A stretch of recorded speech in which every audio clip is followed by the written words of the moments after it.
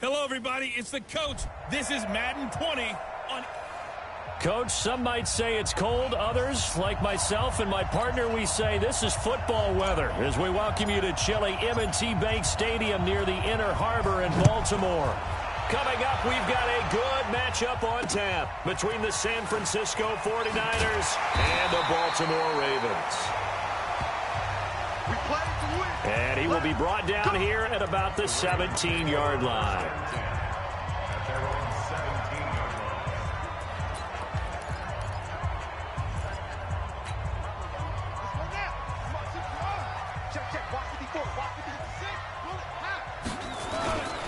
They go to the former Saint, Mark Ingram. And he'll take this up only to about his 18-yard line. He'll wind up getting a yard on the game's first play. It's second down. Well, we just saw a great example of what we talked about with his coach prior to the game. He's definitely one of the better linebackers at reading a play and flowing to make the stop before it turns into something big. Snead's got it. And he'll be marked down at the 26 with a gain of 7. The reception good for 7. It's third down. But just play number 3 here on the opening drive, and it's an early 3rd and 1. They'll fake the give to Ingram. Now Jackson. He's going deep for Brown. And he fires one that's intercepted. Picked off by Akello Witherspoon.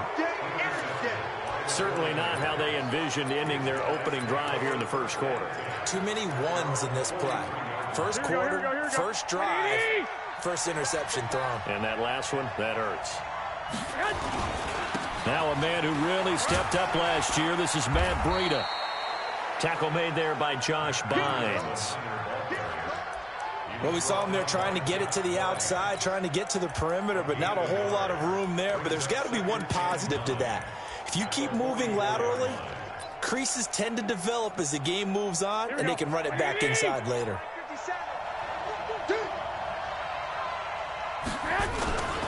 On second down, a run with Breida. 23 yards the pickup there.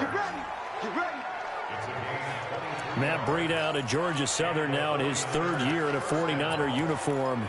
He was tough to keep off the field last year. Very good yards per carry. 5.3 on 153 attempts. Good for over 800 yards rushing. Throwing now is Garoppolo. And the Raven pressure too much. Down he goes. Dominate214's racks up the sack. Hindsight is 20/20, partner. Maybe they should have kept it on the ground again. Well, it almost looked like the O-line was run blocking again. I mean, they opened up a big hole last time. This time they opened up a hole, and the quarterback got sacked. Garoppolo gives to Breida. And this one goes nowhere. Losing yardage on the play back at the 46. It'll be a loss of a yard, and they're going to face an uphill battle here on 3rd and long. It's a tough one right there. He ran right into the teeth of the blitz as the linebacker was freed up in order to stuff that one for a loss. I think quarterbacks got to see that. Got to find a way to audible into something a little more advantageous. And they'll get 15, but that won't be nearly enough. It's 4th down. I don't know how many times, not just in my playing career, but you and I working together, have we ever heard a coach say, you know, I just don't have that play on my call sheet. And that's really what we had here. That was a big hole they were trying to get out of. Yeah, big gain, still a ways to go, though. CD, you know, there were quite a few Bears fans back in January saying, why didn't we hold on to that Robbie Gould guy? Well, it's a legitimate question. 33 of 34 for San Francisco 2018. The crazy stat of the year, he missed more extra points, 2, than he did field goals, 1 in the 2018 season. This Ravens offense heads back out there, led by Lamar Jackson. And he comes out on the heels of an interception he threw last time they had the ball. Yeah, and you know, the quarterbacks that I know that are the best ones, the ones that really know how to lead their team, they tell them, that's on me. That's my bad. But let's go back out there and move ahead again, guys. We can get this done. One good thing for him, it did only lead to 3 points and not a touchdown after that turnover. Big thanks to the defense. They go play action now. Jackson into a double team, and it's intercepted. It's the former Seahawk, Richard Sherman. And he'll actually lose about 7 yards on the return, but they have possession of the football on the turnover. Well, they didn't exactly show patience there, did they? Just down a score, they come out firing right away and compound things by throwing an interception. They put their defense in a really tough spot. To throw is Garoppolo. And that's complete to Sanders. And he's going to be taken down here with a penalty flag on the field.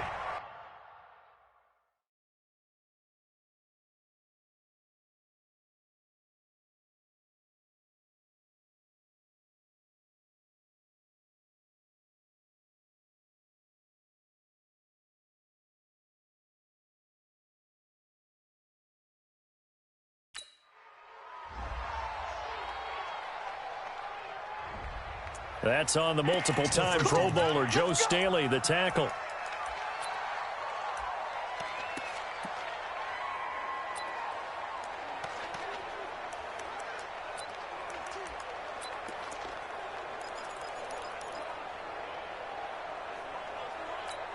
The 49er offense set to get this drive underway. They've got a 3-0 lead and the football as they start 1st and 10. 13.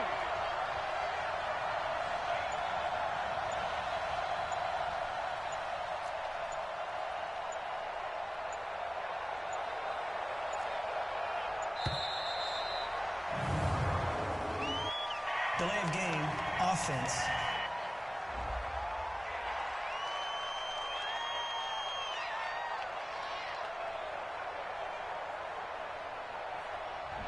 And that'll be accepted, of course, and that moves him back 5. Still 1st down.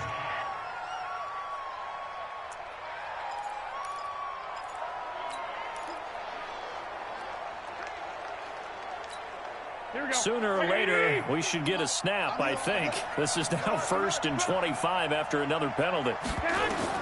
From the gun, it's Garoppolo. Open man is Kendrick Bourne. That puts a good dent into their 1st down setback. It's a pickup of 16. Here we go.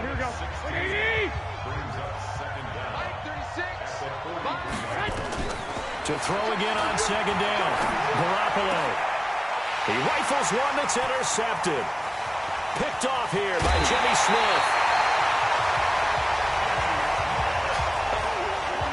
And that's a great example of ball skills right there, partner. You and I do a lot of games, and I can't tell you how many guys look to run with the football before they've intercepted it. So that's a nice job of focusing on the task at hand and coming away with the interception. After the interception, here's Jackson. Steps away to his left. He's good. And it'll be intercepted. Picked off by Akello Witherspoon. And a big turnover there as his guys will get the football back. I think that interception happened for 2 reasons. Quarterback gets outside the pocket and panics a little bit. And receiver doesn't make sure he's absolutely in an open spot. So there's a guy lurking, took the ball from him. Yeah, so don't wave your arms, right, as a receiver if you're not wide open. Got to know that you're open. Otherwise, just don't do it. He'll get about 3 as he's taken down at the 23. What's the old expression, 3 yards in a cloud of dust? In this case, it's dust-covered pellets. It's no longer that old grass that we used to play on, right, and chew it up. Now, we've got that artificial surface. You see the pellets go up. Still a nice play by the defense. They try to throw on 2nd down, but this one is incomplete. This will probably be the last play of the quarter. Here we go. Got him in. He finds Sanders. The 40. He's at the 30. 10, 5, touchdown, 49ers. Emmanuel Sanders, 77 yards. And the Niners are able to stretch their lead. And sometimes those slants, they can be so tough to defend after the catch. It just happens so quickly. And really, what gets set up there is how quickly everything happens. Ball's out of the hands of the passer in a hurry, and he just takes it and goes. He went all the way into the end zone. Extra point, hugged the upright a bit, but he gets it to go. Ready for the 2nd quarter, and it's our visitors with the football, as we'll see one following the score on the final play before break.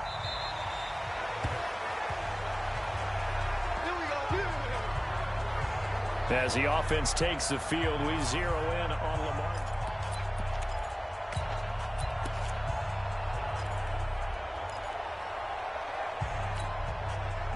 The Raven offense set at the line for this next drive. And with 3 interceptions thrown already, we'll see. Do they rely more on the ground game here?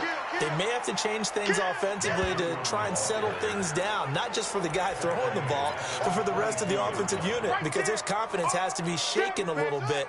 And you just wonder, is the backup going to start to warm up a little bit over on the sideline? A 3-yard loss to start the drive. They'll look to make that up and then some on 2nd and 13.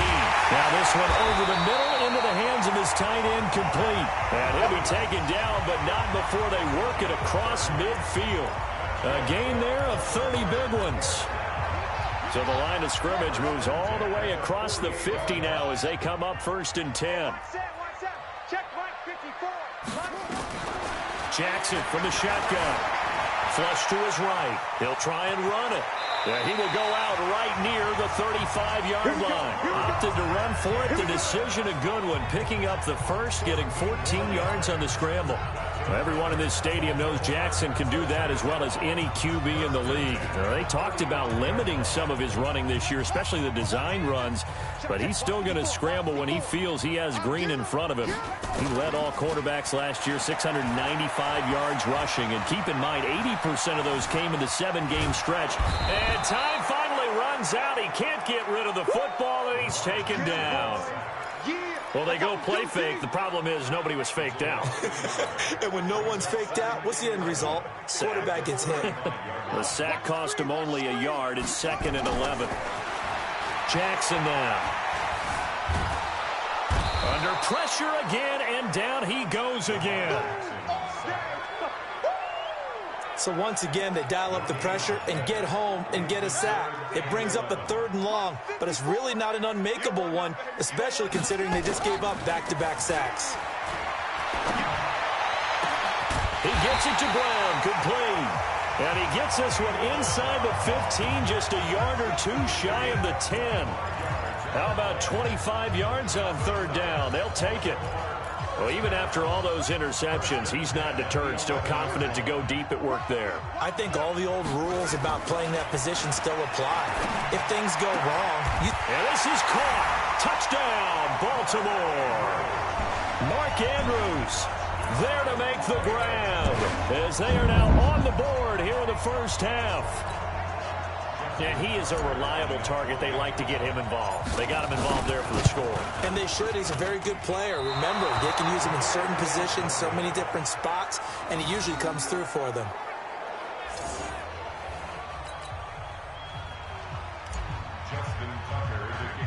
So with the missed PAT in his rearview mirror, he goes back out to kick this one off. This will be taken very short. And they're going to wind up with pretty good starting field position as they get it up past the 35. Set to take over again here on offense, Jimmy G and the 49ers. He's got the lead here in the 2nd quarter. He's thrown the touchdown, but also an interception. As a quarterback, is that interception, even though you're playing while your team's got the lead, does that always stick in the back of your mind a little bit? For the best ones, it just upsets them that they did that because they don't think there should be any blemishes on their record. They think that they're way better than that. So your confidence gets tested a little bit. Being able to go back out there, maybe throw another touchdown, that'll tamp that down in a big way. Yeah, like I said, he's looked pretty good to this point. From the 44, Garoppolo. A former first-round pick, Marlon Humphrey, there to get a hand on it. When I watched that play, I thought about what my coaches had told me in the past. The biggest teaching point, get your head around. Locate the football so you can make a play on it while it's in the air. That's exactly what he did there. That was nice. And he'll be taken down, but not before he gets into enemy territory. A gain of 10 and a 49er first down. I got a kick out of that one, partner. You and I talk often about trying to hide receivers in certain situations, but a guy of his size can't really hide him. But the tight end drag route, definitely an effective way to sneak him across the formation for an easy completion and a first down. Here we go. We remind you that coming up in 2 minutes' time, we'll hand you off to Orlando, where Jonathan Coachman will have highlights and analysis of this first half of action. Into heavy traffic, and it's intercepted. picked off by the Pro Bowler, Marcus Peters. And his guys are going to get the football at the 23-yard line.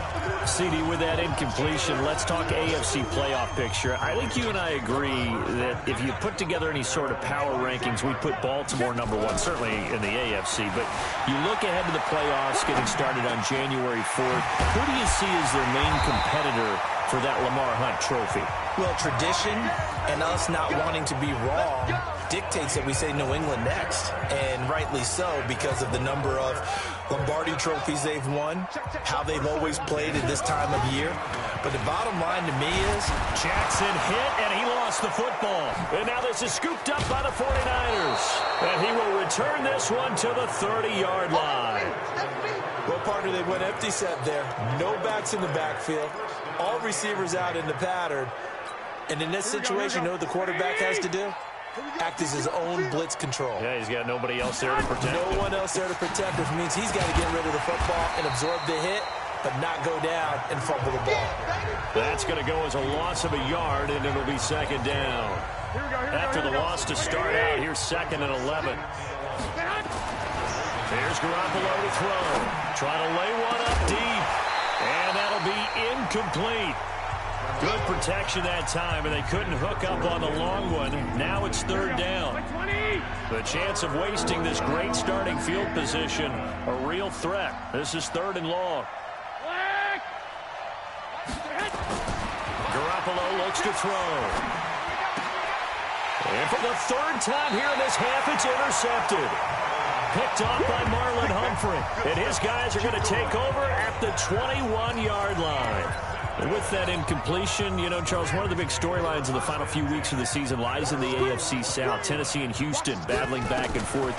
Houston won round 1, week 15, a victory in net. And his pass is intercepted for the 4th time today. It's the former Seahawk, Richard Sherman. And he'll return it to the 24-yard line. You're trailing, you're trying to get points late in the half. I absolutely understand that. But remember, it's all about the ball. And without the ball, you can't get those points. They just turned it over. Now you got to be careful because that deficit can get a little bigger on the other side with that good field position they just took over with.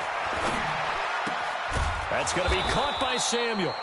The 49ers now going to use the first of their timeouts as the clock will stop with 37 seconds to play in this first half. Here we go, here we go, here we go. 180! I got you! I got you! Jim!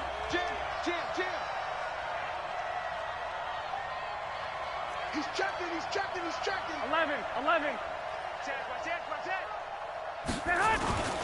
They'll try and run for it on 1st and goal. And the hole closes quickly here. He can fight only to about the 4. Now San Francisco going to call their 2nd timeout as they get it right at the 32nd mark of this first half.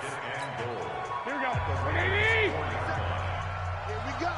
Here we go. Here we go. 2nd down and goal. Garoppolo toward the end zone, but that's going to wind up incomplete. George Kittle, the Pro Bowl tight end, the intended receiver, but now it's 3rd and goal. All defenders get tired of hearing about their lack of hands and why they're playing defense instead of offense. But in this situation, it was the hands that made the play. Batting the ball away on an attempted touchdown pass. Excellent job. Way to knock it down. Go!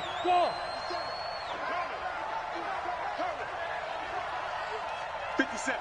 Mike. Garoppolo now on 3rd and goal. And he's got it. And this effort won't be enough as they rally up to stop him a couple of yards short. They're able to hold him to 3 there, and that leads to a 4th and goal.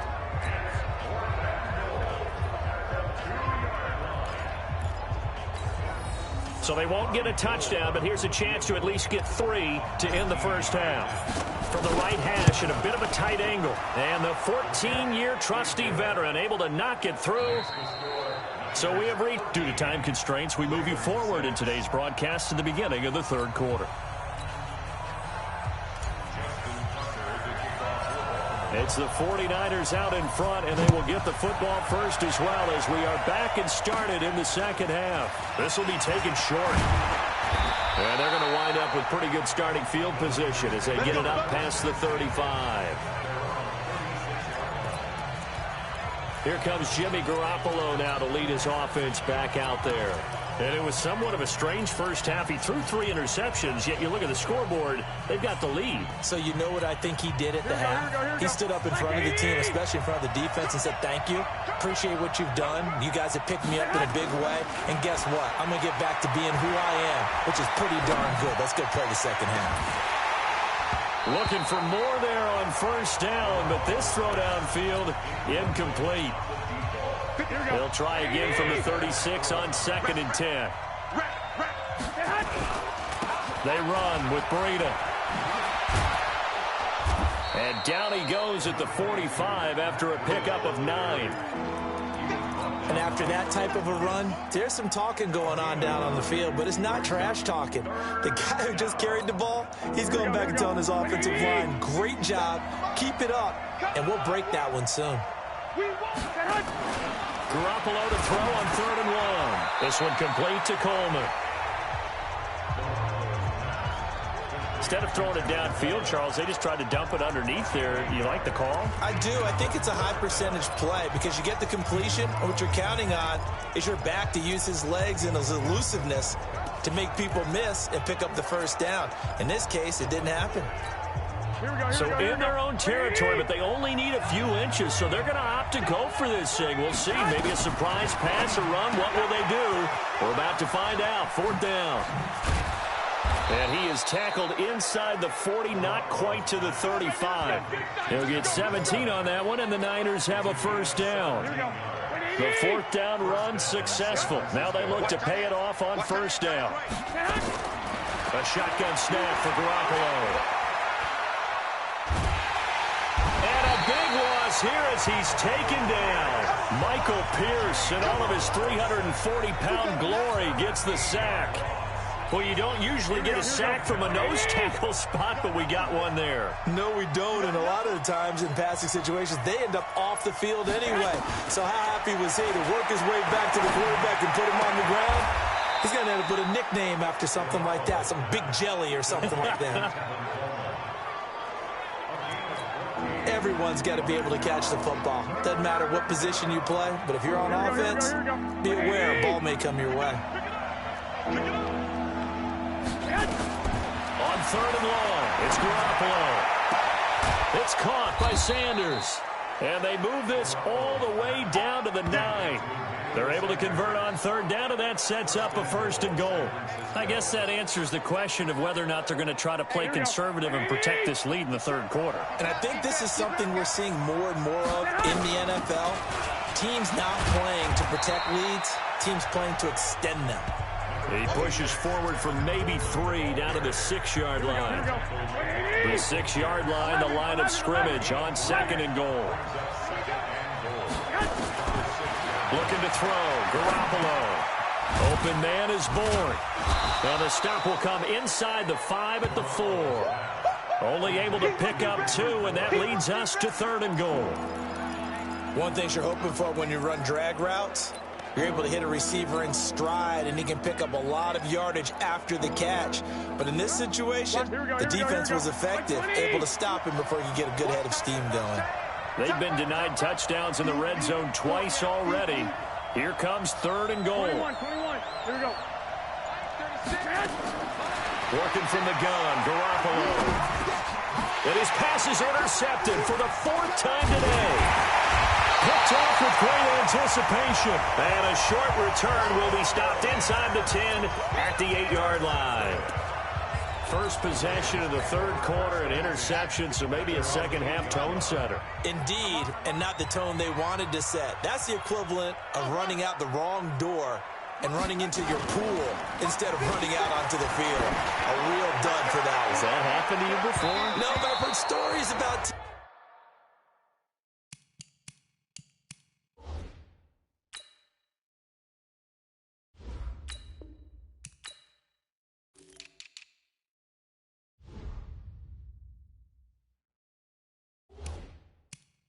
teams actually doing that back in the good old days.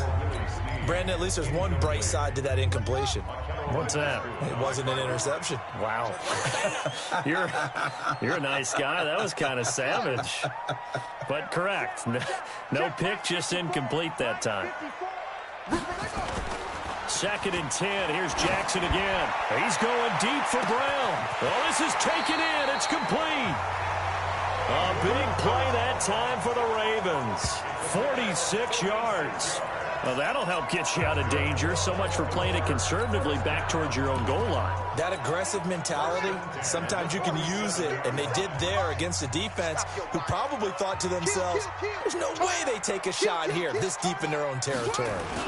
This is Ingram on 1st and 10. He'll get about 4 here, down to the 43-yard line. Tough first half for him, unable to put up the numbers he's used to producing. But with a guy like him, you and I both know it just takes a couple of explosive touches for him to make an impact on this game and on the stat sheet as well.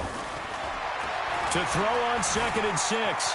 Jackson eluding the pressure right. And seeing nowhere to throw, he chucks this one away from harm. Incomplete. Now it's 3rd down.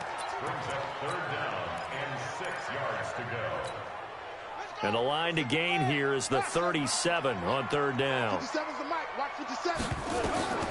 Throwing is Jackson.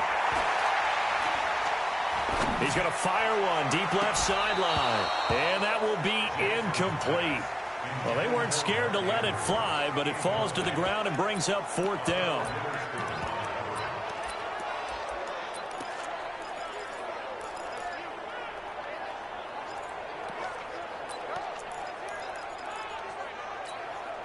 And this should be the final play before the quarter ends.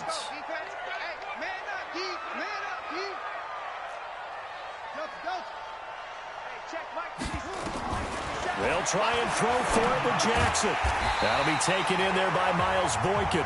And he'll be brought down on what's going to turn out to be the final play of this 3rd quarter. Back now in Baltimore. It's the Ravens with possession of the football, but trailing on the big board as we get set for the 4th. And he can't find a receiver, and he's brought down. Credit the sack to Fred Warner. The amount of sacks that they've absorbed in this game is absolutely extraordinary. Let's just face it. This offensive line, flat out, cannot handle this pass rush. It's been demonstrated time and time again.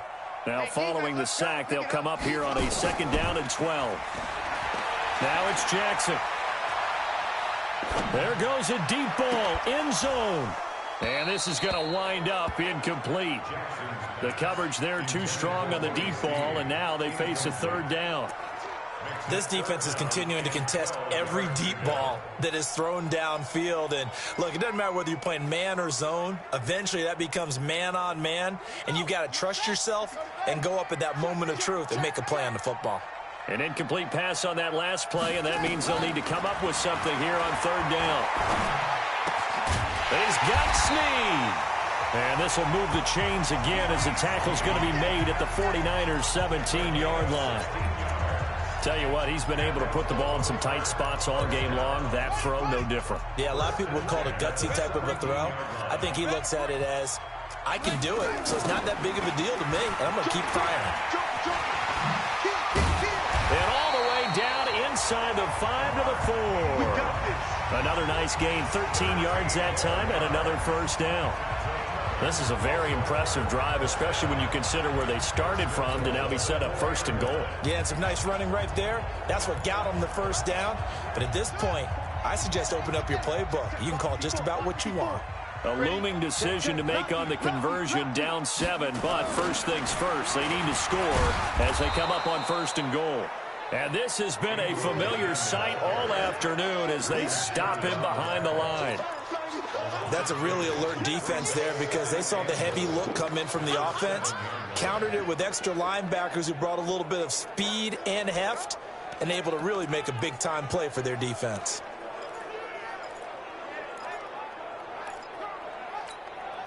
Under 4 to go now as the clock runs and they come up on 2nd down. Here's Jackson to throw. Being chased out left. He's going to take off with it. And they get him down at the 1. He had the broken tackle, but ultimately could not get into the end zone. A 6-yard gain brings up 3rd and goal.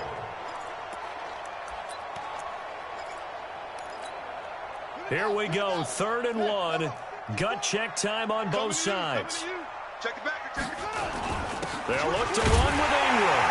And he will take it in for a Ravens touchdown. Punching it in from a yard away. As they can now even this game here in the 4th quarter with the extra point. Now, let's not forget that was all set up by the 4th down conversion earlier in the drive. Would have been a complete letdown if the drive doesn't culminate this way, wouldn't it?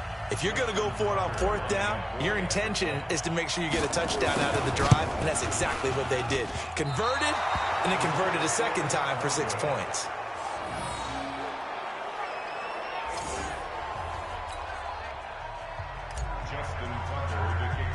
Now he's back out there to boom this one away, maybe with some frustration after the PAT miss. This will be fielded at the 8. And a good effort on the return there. Gets him across the 30 to the 33-yard line. And San Francisco gets set to go here. A little less than 4 minutes remaining, and the margin for error is small with this slim lead. Operate within your 4-minute offense here, Charles? Definitely. Remember, the 4-minute offense doesn't always correspond to what's up on the clock. What they need to do is play a little bit of keep away right now. Run the clock down. Make sure their opponent doesn't get the ball back.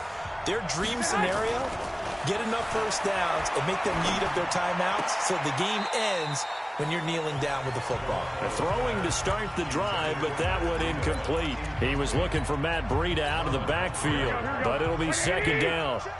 2nd and 10 from the 33-yard line. They'll try and run some clock here as they keep it on the ground. And takes this one across the 35 to the 36, a gain of about 4. And this is an absolutely big 3rd down that's been set up here, partner, and there's no other way to put it.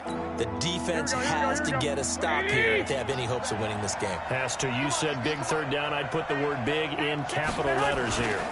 They run again with Breida, and he can only manage to take this thing to the 38, well shy of the 1st down.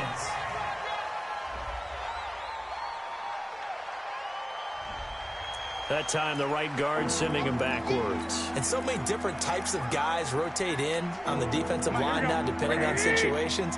You can get the bulky guy, the fast guy. No matter what, though, you can't hold him.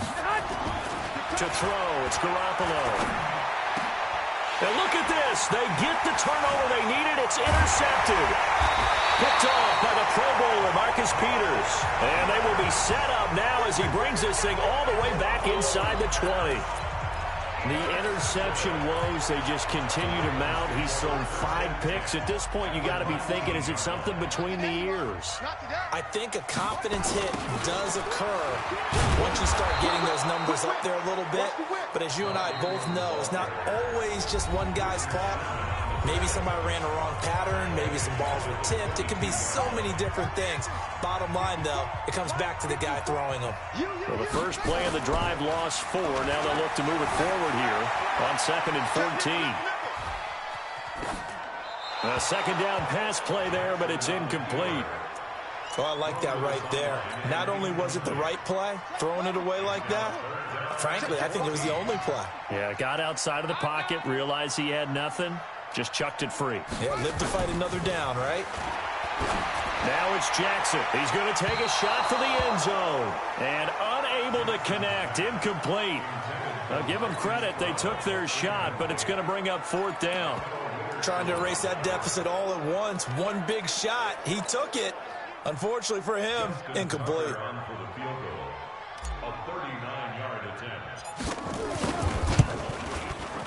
And Tucker's kick right there. It's good. 2 minutes remain, and that's our score differential as well. 2 points here in the 4th quarter.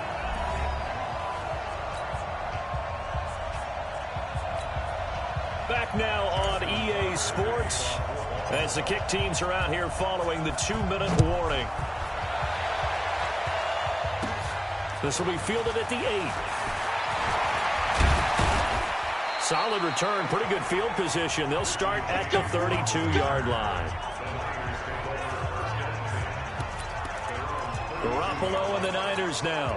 Down 15-13, a minute 56 to go. And they need at least least 30 yards you'd have to think here to move the football to have a shot.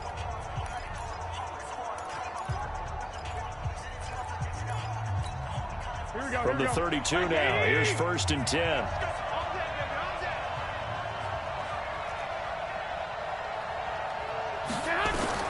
Trying to shake off the interception. He'll look to throw. On the screen, this is Coleman. And he gets this one to midfield before he's brought down. 18 yards, 1st down Niners. Partner, they're clearly saving those timeouts, but they still have to work with some urgency to put themselves in the right position.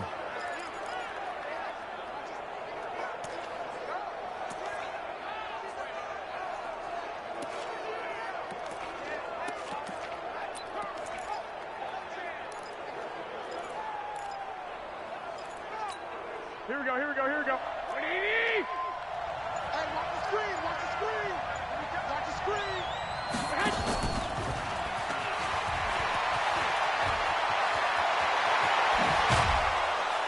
And he'll go down, but not before getting this inside the 30. Call that a very strong gain of 24. Now San Francisco going to call their 2nd timeout as they get the stoppage with just over a minute to go in the game. So signs of life in what's been a dormant offense in this 2nd half. Here's 1st and 10. And he can't get a throw away. He's taken down. Patrick Owasor in there to drop him as that clock continues to run. Exactly what they were looking for. They've been giving up yardage. They've been letting them drive right downfield, but they got a sack right there. How about that for a little bit of revenge? So after the sack, a scenario you certainly don't work on too often. 2nd and 24. Back to throw. The Sanders has got it complete. And he'll be a little shy of the 25 here at the 26-yard line. They get 14 back, but it leads now to a 3rd down. Partner, you got to like what they're doing right there. Little by little, they're getting closer. Another good pickup. Big play coming up. Here's 3rd and 10. I would expect to see some pressure here. Now the timeout will be called, so they're in field goal range with 3 seconds left.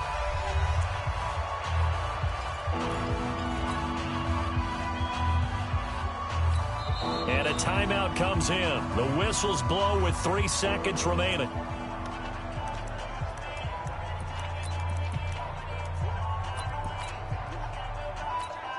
So now it'll all come down to Robbie Gould. With 3 seconds to go, this for the win.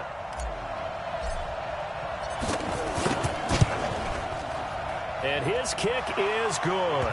And Union Street will be hopping tonight. The 49ers have won it. Well, a little drama there at the end, but really this thing was already decided. The late points get scored, and then it ends on the kickoff. And I'm right there with you, partner. At the end of the game, they knew what they had to do. Just make sure you don't cough up the football at the end. Just take care of it, and victory was theirs, and that's exactly what they did.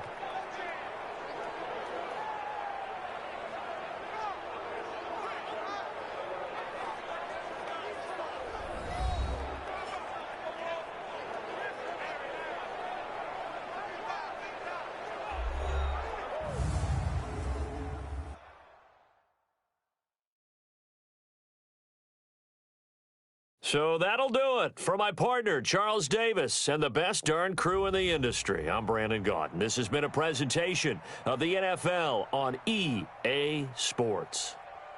From Baltimore, so long, everybody.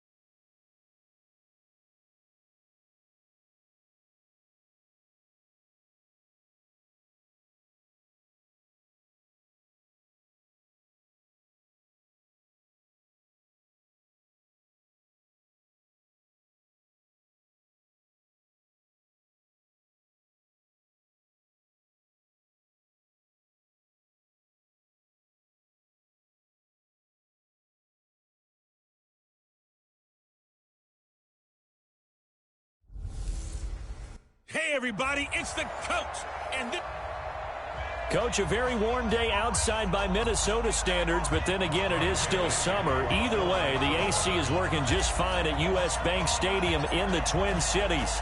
Straight ahead, we've got a good one on tap here between the Baltimore Ravens and the Minnesota Vikings. Let's go, let's go.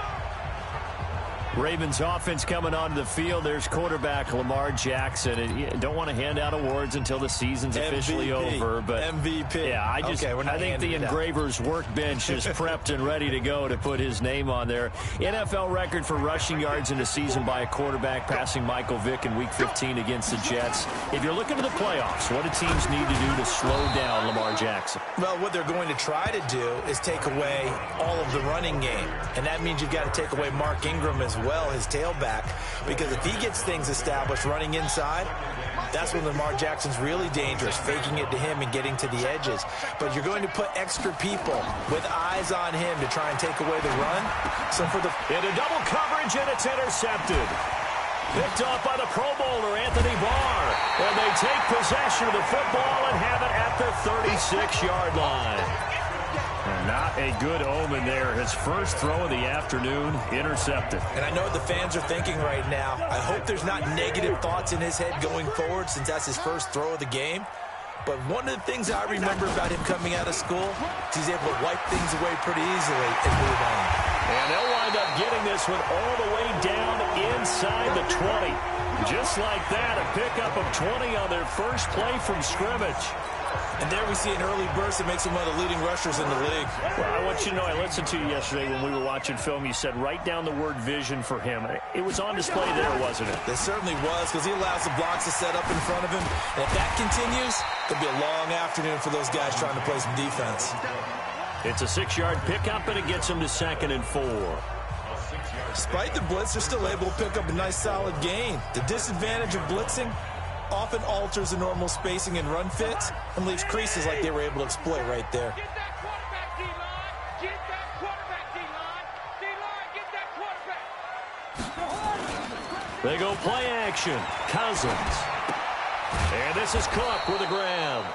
And they'll lose yardage here. They go backwards to the 13-yard line. They'll wind up losing 3 yards here. And all of a sudden here, it's 3rd down.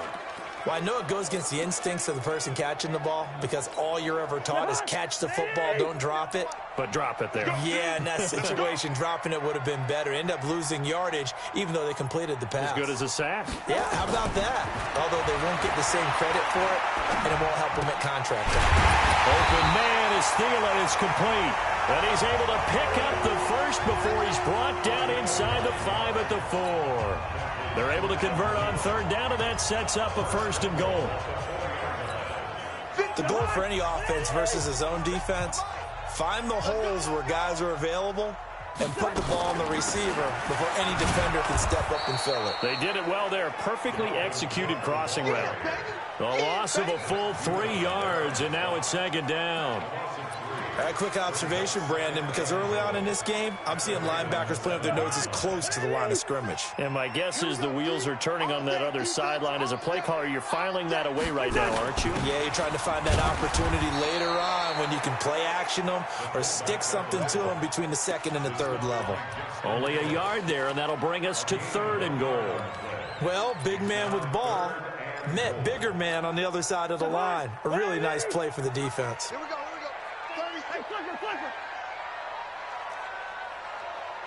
Gun. Motion. 3rd and goal for Cousins. And that's going to be knocked away in the end zone. It's incomplete. Not only was the call spot on, how about the execution of that defense right there? The zone was absolutely locked up tight. He was trying to force it in there on 3rd down. But if there's a time to force it, he felt like he needed to make a play, right? Yeah, exactly right. 3rd down, you got to try and find something.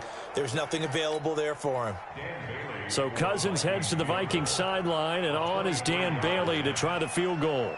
This is an easy one, 23-yarder. And Bailey able to knock it through. And the Vikings have a 3-0 lead. In the end, the opening drive, Charles, does yield points. Maybe not the touchdown that they wanted, though. Yeah, but bottom line, they wanted to get something out of that drive, and they did that. 3 points, they won't turn that down at all. Now, after the field goal, Bailey will kick it away. And a fair catch signaled for and taken successfully. As the Ravens come back out here on offense, we talked about Lamar Jackson earlier, Charles, but these Ravens, they rolled through the middle part of the season. Couple losses in September, but undefeated in October, November, and rolled that into December. They've answered every big question thus far. The wins over Seattle, New England, Houston, the Rams, the Niners and Bills as well. Are they the favorites to hoist the Lombardi Trophy in Miami on February 2nd? I believe they are because they are a complete team. As much as Lamar Jackson powers everything on offense, he has Marquise Hollywood Brown out wide. He can throw the ball deep too. Dependable tight ends led by Mark Andrews. Really good offensive line. Mark Ingram can run it. The defense comes at you from every imaginable angle. And if you're trying to prepare on offense for them, it is hard to do, and your quarterback gets hit a lot. And they have the best kicker in the league in Justin Tucker. That's a big formula for success when come playoff time. It's a 6-yard gain on the ground, and that'll make it 2nd and 4. Baltimore was the most run-heavy team in the league last year after Lamar Jackson took over as a starter. And you think about Mark Ingram, he goes from a situation where he was sharing time with Kamara in New Orleans. Now he figures to be the top guy in the Baltimore backfield, although I guess you could say he's kind of splitting time with his quarterback, Lamar Jackson. But a great veteran presence Mark Ingram is behind Jackson. Ingram now in his 9th NFL season. Well, it didn't appear to be a run blitz. He just darted in once he saw the run develop. That appeared to be a case of see ball, get ball. Watch the safety creep. They'll try to run for the first with Ingram. And taking it across midfield and inside the 45. That one good for 13 and a Raven first down.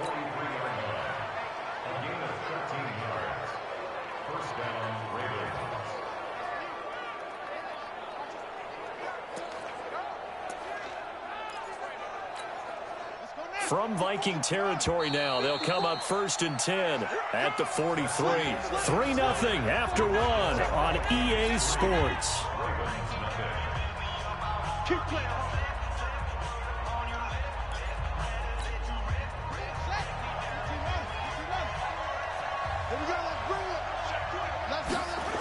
On first down, Ingram.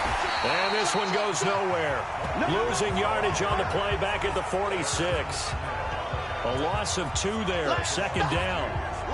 Yeah, that was a safety that came through and made the play. But there's no doubt in my mind, he hits like a linebacker. And we see a lot of that in today's NFL, don't we? And that time we do indeed. A big hit for a loss.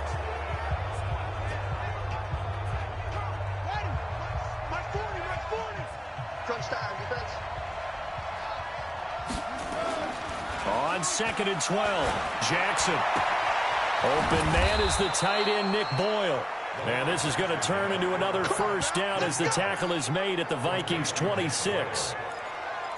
The beauty of route running is it doesn't matter what position, everyone's doing the same thing. In this case, tight end, selling the vertical route. Get the defensive back on his heels, break off for the corner. And with good timing, you get a completion as we just saw there. And down inside the 15, shy of the 10. They get 14 on that one. That's good for a Baltimore first down. This has been a good drive so far, and it's been the running game for the most part that's powered them down there. Another nice burst there, picking up a first down. Now it's 1st and 10, as you said, in the red zone. Right there, 54, right there, 54 Mike. You better be afraid of me. Jackson on first down. He's going to find his tight end, Boyle. And he'll take it into the end zone for a Ravens touchdown. A 12-yard touchdown grab. And the Ravens have taken the lead. Bouncing back nicely from that bad opening drive where he threw the interception. Drive number 2 leads him right down the field and into the end zone. So obviously his confidence was never lost, and that's a good thing to see. Great quality to have. You absolutely must maintain that as a quarterback. But I have to think that they're probably still on the script that they prepared for this game.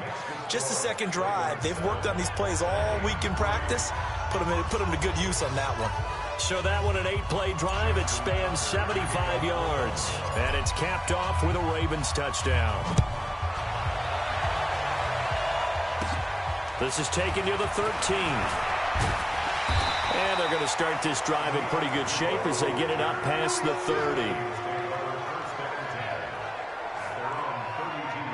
Now the Minnesota Vikings coming back out as they get the football here. It's been over 4 decades since the Vikings played in the Super Bowl, and you don't know if this is going to be the year that they get back, but there has not been a lot of talk about this Minnesota team. A double-digit win season and a lot of good teams in this conference, and I feel like they're a little bit under the radar, but top 10 in both offense and defense. You got dynamic players on both sides of the football. And we'll see what this Minnesota Vikings team can do down the stretch if they can make a little noise. One thing's for sure, they've been very good at home this season.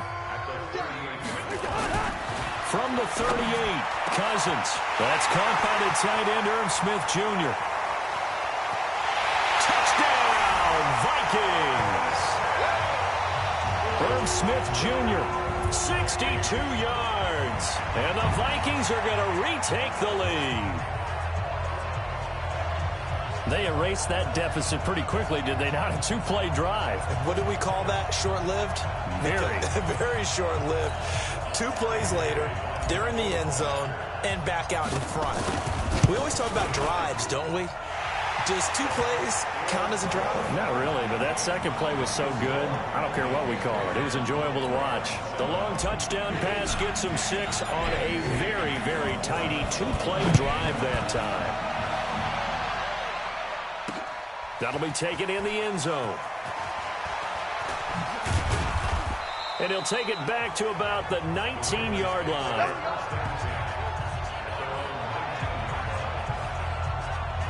Mark Ingram now gears up to help lead this offense back out there. He's been good. They've utilized him well, but they're losing here in the second quarter. What might they change offensively?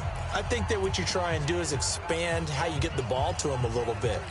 Get him out in open space, maybe swing the ball to him. What's that they used to call it in the West Coast offense, the long handoff? Yeah. Serve as your running play that way, as well as continue to feed him the football. Some of these runs now may pop bigger later in the game because of the effects of running it. Sometimes people, after a while, they don't want to tackle him anymore, or they get tired, or they get out of position, or he runs through tackles.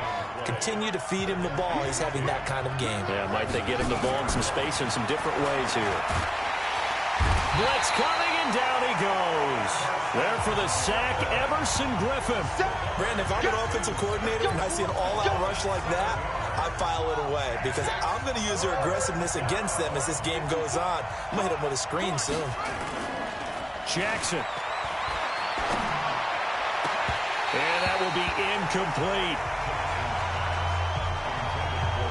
You hear the calls for a penalty, but I just don't think so. I think in this situation, the defender was making sure his guy couldn't hold on to the football. So I don't see anything that warranted a flag. No, I'm with you. There was contact, but I'm happy they kept that flag in the back pocket. So on 4th down, here's Sam Cook to punt it away. Back deep is a very dangerous Mike Hughes.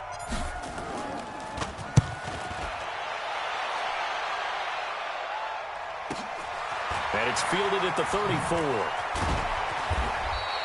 A good return there. Call it 13 yards. And the Vikings will take over here 1st and 10. Now the Minnesota offense set to take over again. And for them, a touchdown their last go-around. Obviously, they'll be hoping to do that again. And when you start plotting for this drive, when you start thinking to yourself, okay, what are we going to do? You don't go away from what you did before because that worked. But you have to be prepared for wrinkles and counters because you know they'll make some adjustments.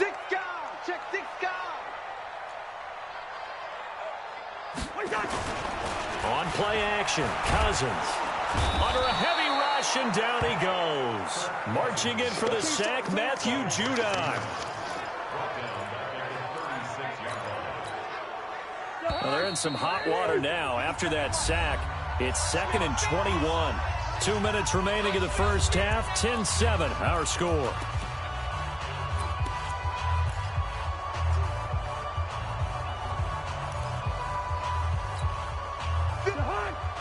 A reminder that when halftime rolls around, Jonathan Coachman will have all the highlights and analysis of this first half of play from our studios in Orlando. And they only get a yard back there. They'll be left with a 3rd down and long.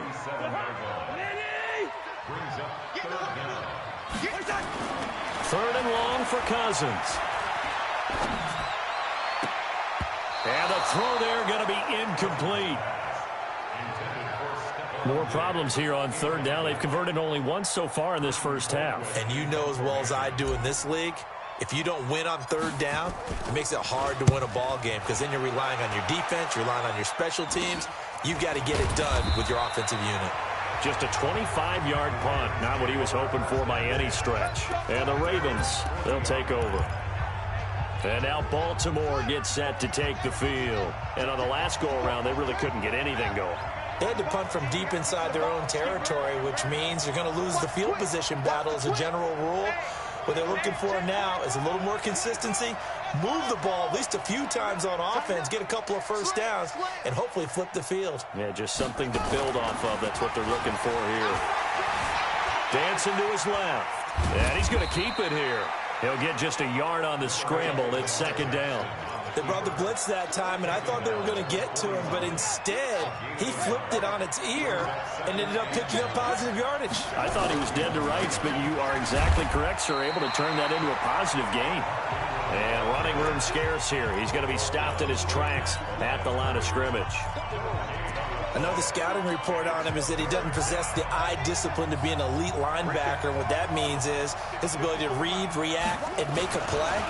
But on that one, he looked like one of those guys. And he's got his man, Marquise Brown. And he goes down, but not before getting this inside the 25. Now the Ravens going to use one of their timeouts as they'll stop it with 14 seconds to go in this first half.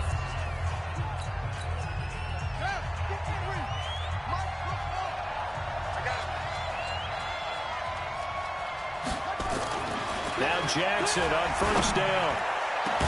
Got a man, it's caught for a Ravens touchdown. Willie Snead in the final seconds of the first half. And the Ravens have once again taken the lead.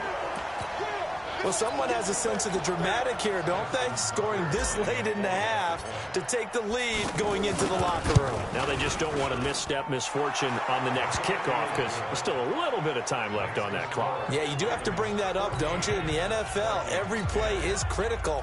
And if you give up something cheap there, all that advantage they just gained goes right out the window. Tucker now to kick it away following the touchdown. This will be fielded at the 8. And nice work on the return as they'll start their drive just past the 30-yard line.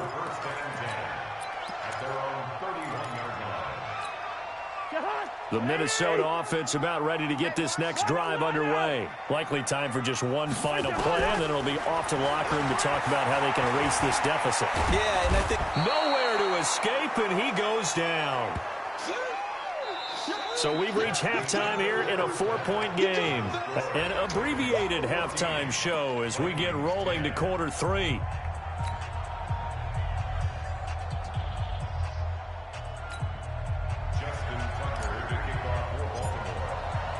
Both teams appear ready for the fight ahead, and we resume action here in quarter number 3. This will be taken to the back of the end zone. And no run back here. This will be a touchback, and it comes out to the 25-yard line. Out come the Vikings. They'll have it first on offense as we begin the 3rd. They're down here, but very much in this game. What's the tonality of a coach's talk when a game is within striking distance like this at intermission? typically what they're doing is emphasizing the things that went well in the first half and wanting more of that. Sure, you've got to go over some of the errors and clean up some things because there's a reason you're down. But overall, I think they want to stay positive, stay up with this team. We're just starting the second half, and we've got the football. Let's go ahead and punch it in, and then we'll take it from there. See how that recipe works. Cousins and the Vikings with a 1st and 10 at their own 25-yard line. The run there on first down, going to get him 5 up to the 30. 5 yards is the tally on first down. That brings up 2nd and 5. Getting had a ton of success here so far, but you get the feeling that he might be on the verge of popping one. Yeah, even on that one, there was a little bit of a hole, but it closed there quickly at the end. Again, it's Cook. And he'll be brought down right around the 37. 7 yards there and a first down. Boy, he does it at a high level, doesn't he? Because when I watch him, I think of his vision. Straight ahead, peripheral, also has that sense of where holes are going to be before they actually open. I think that helps set him apart from many of the other backs in the league. They go play action here on first down. Rush coming, and he's taken down. Patrick Owasor gets him for a loss of 10 yards from his linebacker spot. Man, he got in there so quickly, Charles. What could the offense have done to adjust and account for that? But what you're hoping is that you figure out and you see and get a clue that maybe there's going to be some pressure coming at you, and you change the blocking schemes. Maybe you go to max protection. The biggest one is maybe you bring your running back in to try and keep you clean. But in that case, that didn't happen. Zero accountability, and a sack resulted. Cool under pressure right there, escaping the pocket and finding what I think was not his primary target. And some of these guys are just so comfortable getting outside. And a big loss here as he's taken down. Matt Judon picks up his second sack of the afternoon. And we say it all the time, have to be able to get rid of the ball sooner than that. You have to help your offensive line out. They're going to protect you as best they can. And if you're getting 3 to 5 seconds to throw the ball, they're doing a really nice job. But when you hold it and give up a sack, you're really almost discrediting their work. Give them 11 yards that time on the return. And the Ravens set up well to begin their drive as it'll begin in enemy territory already. The Ravens offense getting ready now for their first possession of the second half. They have the lead here. Well, we talk a lot about pregame speeches. What are halftime speeches like? For the most part, not nearly as emotional. They're a lot more clinical. Every now and then, though, they'll get after you if they think they need to light a fire. But in this case, let's go into the virtual locker room, because here's what I think happened. They got in there and they said, listen, let's take control right away. Defense, we got the lead. Defense, don't give up any points. Turn the ball back over to the offense and let them go down and score and give us more of a cushion in the game. Check so far. Defense shut them down. Let's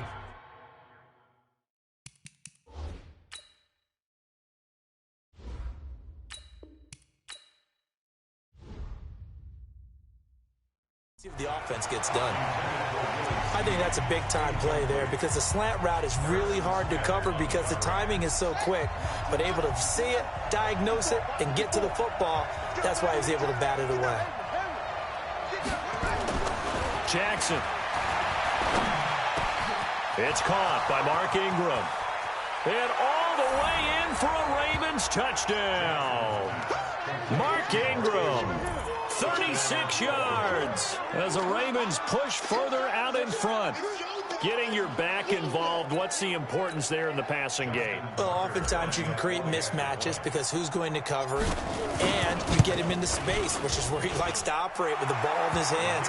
Oftentimes makes people miss, gets that run after the catch, and off he goes. And into the end zone. The drive there only spanning 3 plays, and it's capped off by the Baltimore score. Tucker now to kick it away following the touchdown. This is taken near the 13. And they're going to start this drive in pretty good shape as they get it up past the 30. And now out comes Minnesota. They'll look to make some inroads here, trailing 21-10 as they come up on a 1st and 10. So they'll come up 1st and 10 now from the 33. Big stop, G. Big stop. Let's go. Here's Cousins. And that's going to be incomplete. Too tough to hold on to that one. It's 2nd down. Well, let's get back to the playoff picture. We talked about the AFC. Let's look at the NFC. That race starting to come into focus. We know most of the teams. Seahawks, 49ers, Saints, and Packers all in. Vikings in good shape. How do you handicap this race? It seems like anyone can beat anyone. I think you're spot on because if you were going into the playoffs with these teams that we're going to talk about, who would you make the absolute favorite? It could be anyone, right? It could be Seattle. It could be San Francisco. It could be New Orleans. I know Minnesota's probably going to come in as a wild card. Green Bay will come in as a division champ, it looks like. But bottom line is, Dallas or Philadelphia's got it. Blitz coming, and down he goes. Cousins in the offense is going to stay out there. They're going to try on 4th down. Brandon, I think you understand the type of afternoon this offensive line is having. It is a long one for them. Long for you to spend it with me. Long for them trying to block those guys. They've given up a whole lot of sacks. Stephon Diggs, the 30. And he will score. Touchdown, Vikings. Stephon Diggs, 74 yards, as his guys are back within a single score. That certainly went against the traditional ways of playing football, but who cares? Look at the result. Big touchdown. They went for it on their own side of the 50. So there's conservative, there's aggressive, and there's really aggressive, which is what we just saw there. Tip of the cap to them. Well, I guess the coach looked at the 2-point cheat sheet, said go for it, get it to a 3-point game, and they did it. Yeah, and sometimes you just throw out time of game. You don't worry about that. There's just a feel sometimes in making that call, and he felt good about what he had for a 2-point conversion, and now they're only down 3 and feeling great about themselves. Come on, fellas.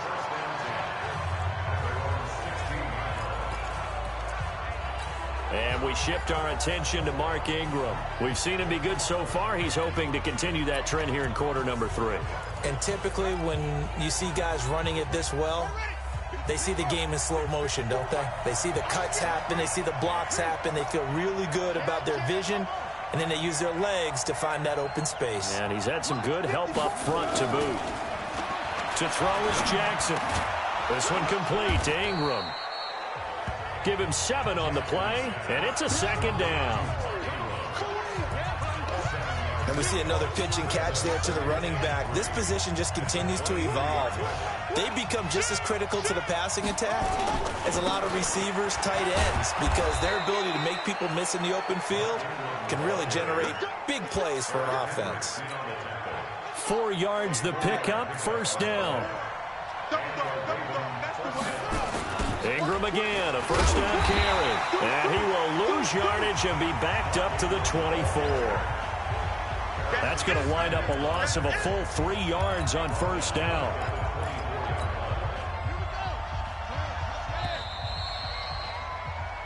And we return, welcoming you back to Minneapolis. It's been a very hotly contested game to this point. Just a field goal separating these two teams as we get set for the 4th quarter.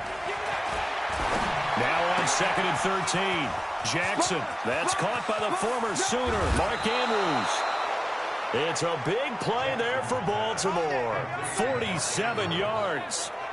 I know we love our jobs, and pretty much any play we see, we're pretty, excited about.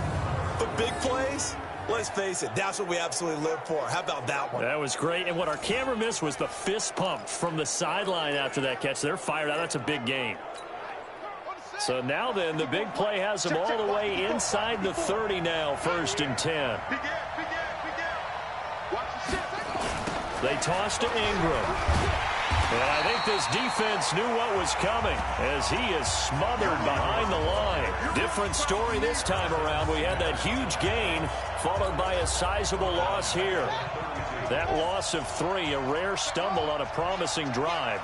Here's 2nd and 13. Jackson now. And that's going to be incomplete. A lot of contact, no call, and it's 3rd down. Those passes out that far wide always make you hold your breath a little bit. Felt like it was in the air for a while. What it does is it allows a defender to gain some ground, come from a long distance, and have a chance to affect the pass.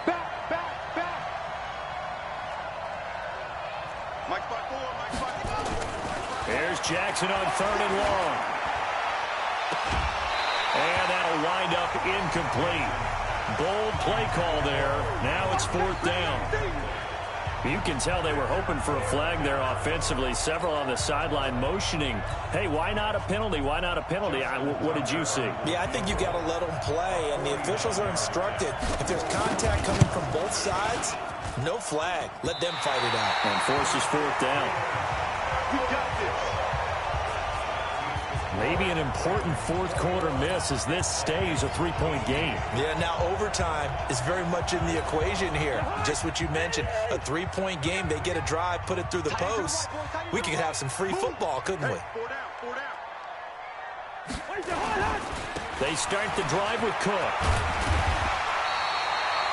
9 yards is the pickup there, and they'll have a 2nd and 1. And there we saw one of the downsides of blitzing during a rundown, because sometimes you get out of your gaps. You don't fit the run quite as well because you're headed towards the ball carrier with abandon. They run it again with Cook. And an alley to run. And he is tackled inside the 40, not quite to the 35. They get 14 there. First down, Vikings. I tell you, they didn't give it to him much through the first 3 quarters, but when they have, he's been efficient. Maybe they ride him more here down the stretch. I'm not sure it was actually in the game plan for him to have as few carries as he has, but it might play out really well for them now. As you noted, they want to ride him down the stretch. He should have fresh legs.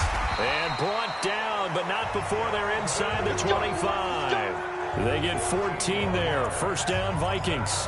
Another carry for their leader, and a good one. It's crunch time. They'll need him to continue to be productive in both the run and passing game in order for them to try and snatch a victory.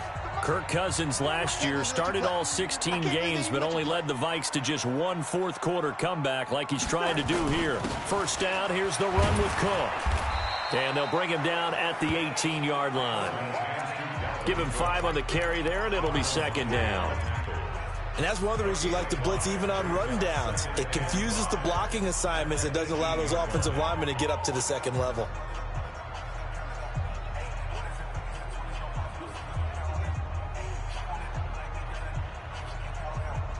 After the pickup of 5, here's 2nd and 5.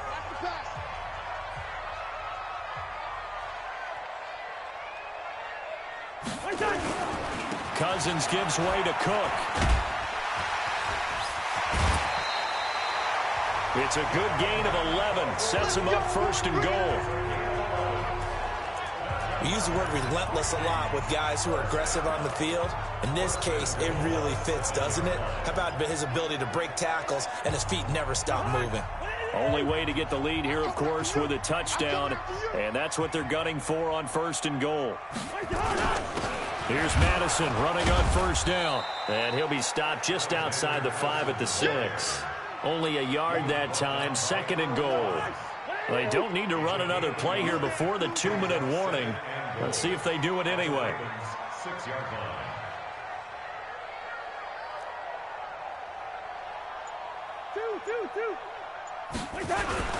They'll run with a fullback Ham. And he's going to get hit at the line of scrimmage and driven backwards. Less than 2 to play with just a field goal separating these two sides.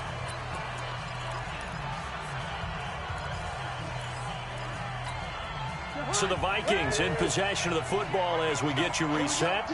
They face a critical 3rd and goal now in a 1-score game. Now a run with Cook. Call it no gain on the play, so no help there. And now 4th and goal. Partner, you've got about 20 coaches on your payroll, but there's 60,000 of them in the stands. I don't think any of them like that play. And the later we go, it's starting to sound like 100,000 in here. Now the Ravens going to use one of their timeouts as they'll head to the sideline and talk over what to do next. So here we go. Maybe the biggest kick of the game forthcoming. From the left hash, should be a fairly easy one here. And this one is no good. He missed it. But there is a flag down. He might get another shot at this. Defense.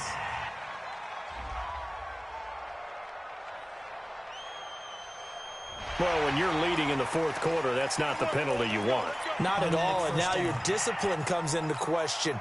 Having poise this stage of the game, you can't have those kind of plays. So now then the penalty's got him set up with a 1st and goal. And this time he's going backwards. So after the no gain on the last attempt, here they get him behind the line. Well, he had 2 sacks earlier. Now he has 4 total tackles for a loss after that play. Well, they obviously have to do a better job trying to block him. But short of that, you know what the quarterback has to do? Make sure he doesn't hand it to him when he's back there thinking he's one of his own guys. His quickness, his suddenness, his speed getting into the offense's backfield has been something else in this game. After getting stuffed on 1st down, not much better there. 2-yard gain.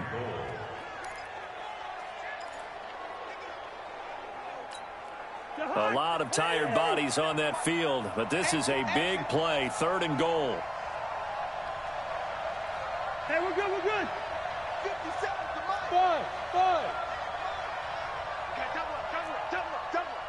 57's Mike. Mike 57. What we got? What we got? What we got? He'll look to throw. He takes it across for the touchdown, and they've taken the lead late in the final minute of the fourth.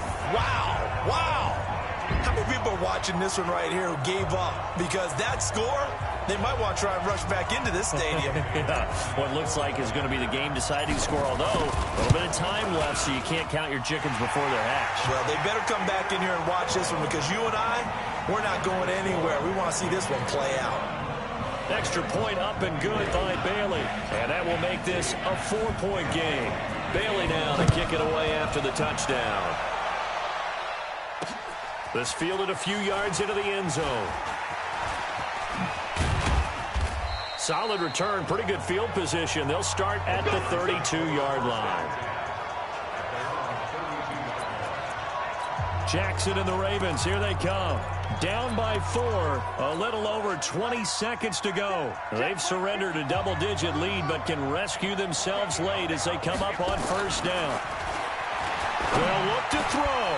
Snead's got it. And they're going to have this across midfield and inside the 45. The Ravens going to use the second of their timeouts as they get it with 16 seconds remaining on the clock.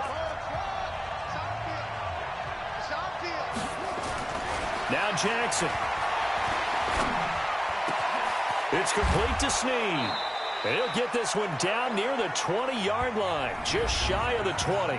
And with just inside of 10 seconds to go, they'll burn their final timeout. 9 seconds left.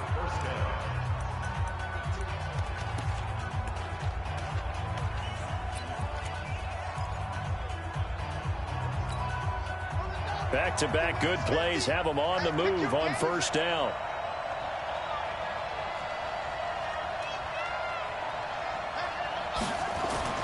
Jackson to throw. Letting one go deep for the hit.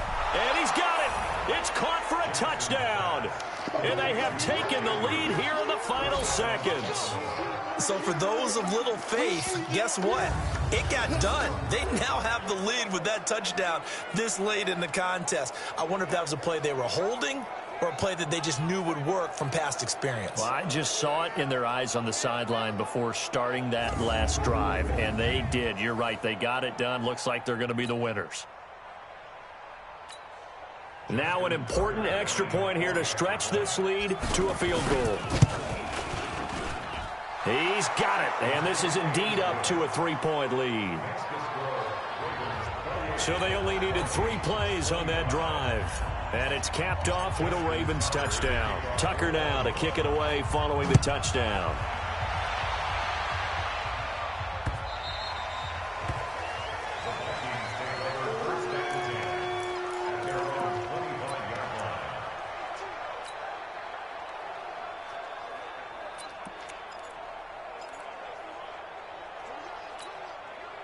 Here are the Vikings now to start their next drive. Look at the clock. Everyone knows the situation. Probably time here for one final play. And we know what that play is going to be. A crusher there as it's intercepted. It's the former Seahawk, Earl Thomas. And that is going to seal this victory as time runs out. Well, we were on hand for a fun and entertaining game here, coming down really to that last play. Great job defensively to get the pick and seal it. And we know that every play during a game matters. You're never sure which one's going to be one of the key ones. But at the end of the game, when you analyze it, 3, 4, 5 plays are going to be the ones you focus on. And that last play was one of them. The last shot had to take it, and they came up with the interception and sealed their victory.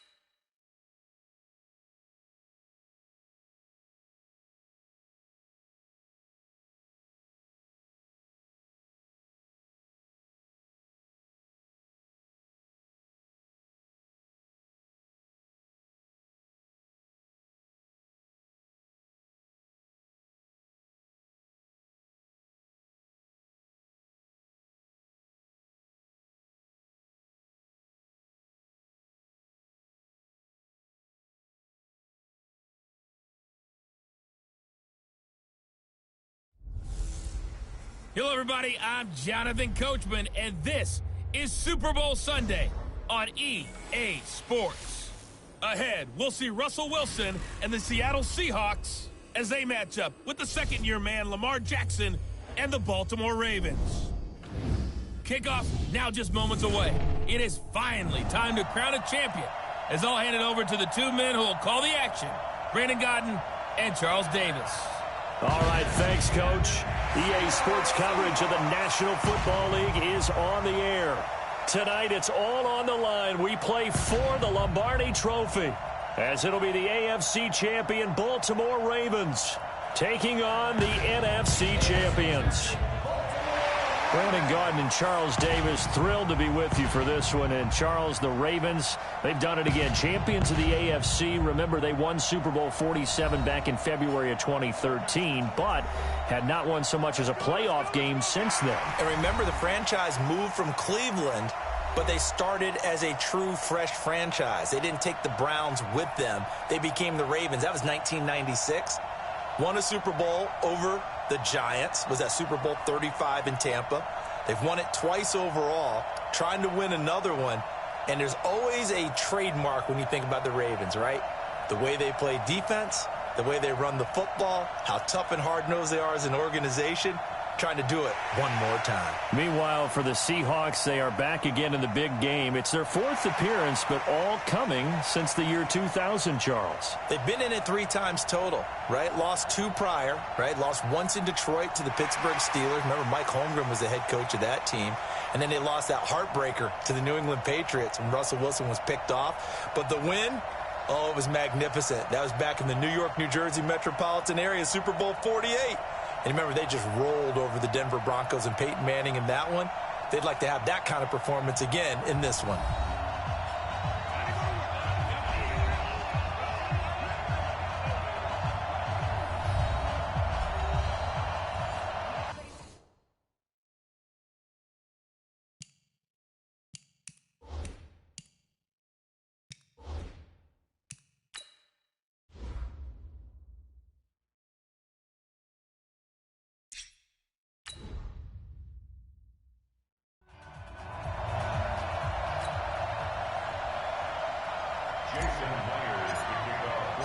The first Super Bowl of the new decade, Super Bowl 54, is underway.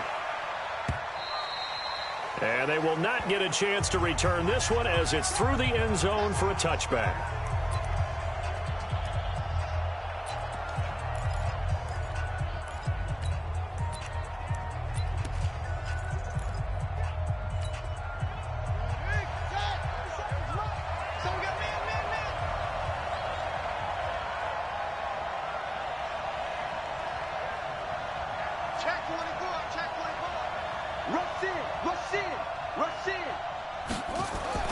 Throwing on first down, it's Jackson.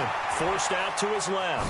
He's going to take off with it. He'll have a first down past the 40. And finally brought down right at the midfield stripe. It'll go as a gain of 25 on a play that started back at the 25.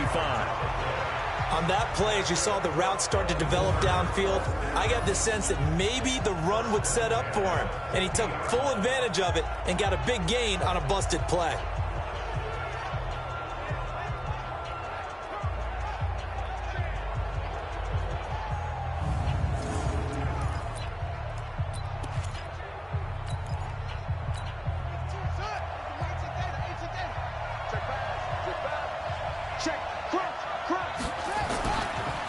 And the former Heisman winner, this is Mark Ingram.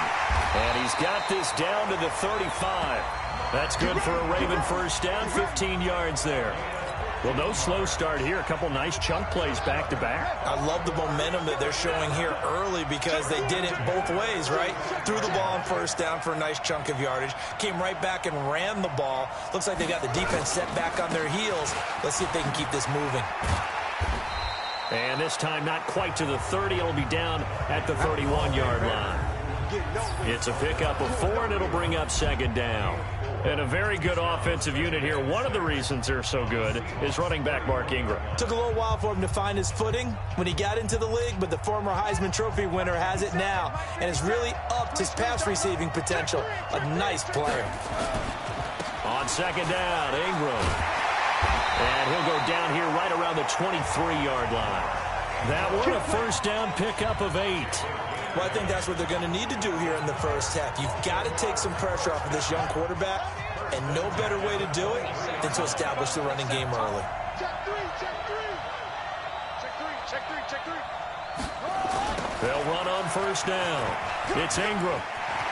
He'll have a first down inside the 10. And he'll take it into the end zone for a Ravens touchdown. With the first touchdown of this Super Bowl. And the Ravens take it all the way down the field and score on the opening drive.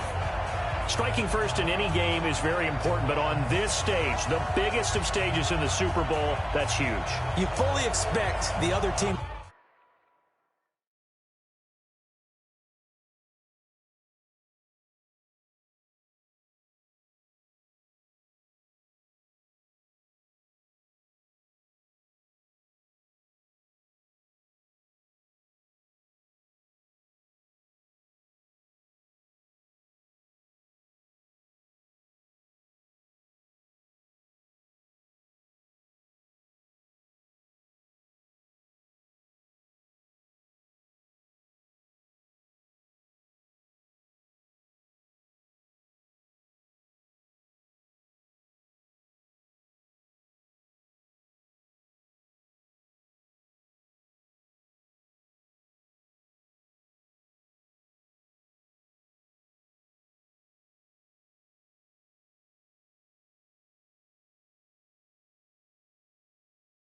to battle all the way through, but when you're the one setting the pace, jumping out in front, that has to feel great for the entire organization.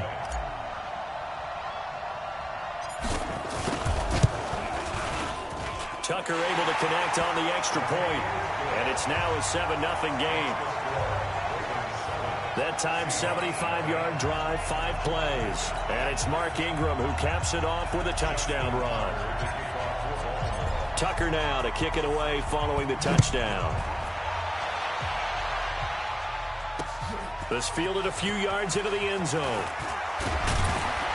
And all that work, but he stopped where he ultimately would have been, and he's simply taken a knee, and that's the 25-yard line. Here come the Seahawks and their offense now under veteran head coach Pete Carroll.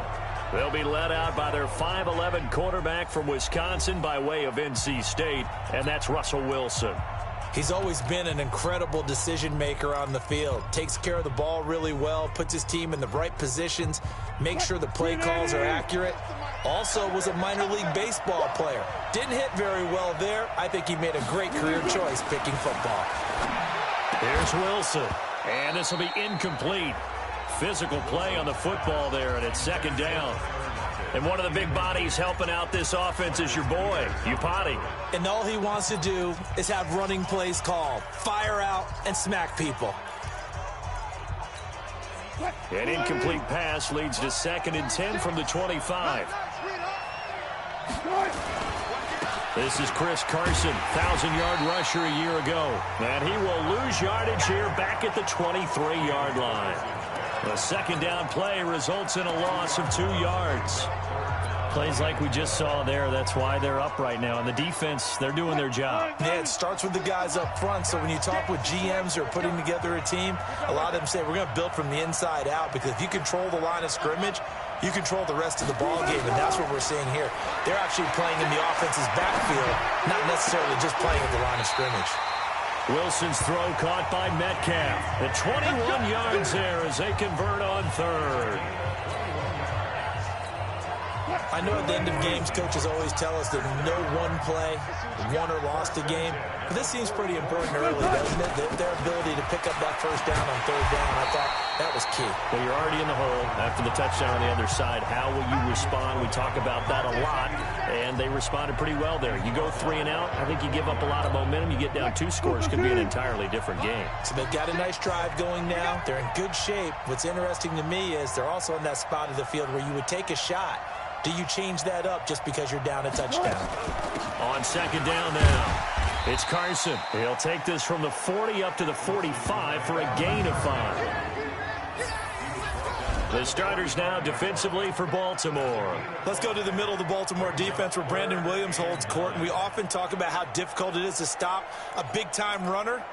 How about trying to stop a big-time guy in the middle who wreaks havoc both with pass rush and against the run? Brandon Williams went to his first Pro Bowl at the end of the 2018 season. That's complete into the hands of Carson. And he'll take this to the 47, but no further, as they get him down well short of the line to gain. One hallmark of good defenses is understanding the game, understanding positioning, and tackling immediately in the secondary after catches. I think we just saw that on display right there. Got to him before he ever had a chance to think about turning it upfield. And this may be a big early turning point in this Super Bowl. They're going to go for it on 4th down here. They'll indeed go for it with Wilson. Open man is Metcalf. He's got it. And he is tackled inside the 40, not quite to the 35. They get 17 on that one. Move the chains. 1st down Seahawks. So in Raven territory now. Here's a 1st and 10 at the 36. And he won't get much. Maybe a couple down inside the 35 to the 34. A minimal gain there on the 8th play of the drive. After one, 7-0 on EA Sports.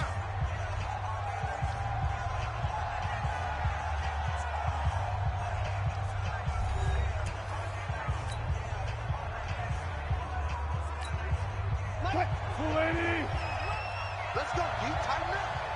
Let's go, D, tighten up. And he probably should have given that one off, as he's going to get hit and taken down behind the line. That's a big loss of 3, and it brings up 3rd down. Let's go, Heavy. Let's go, Heavy. I know what you got. What you got, Heavy? Good. Give me something. Give me something. On 3rd down, Wilson.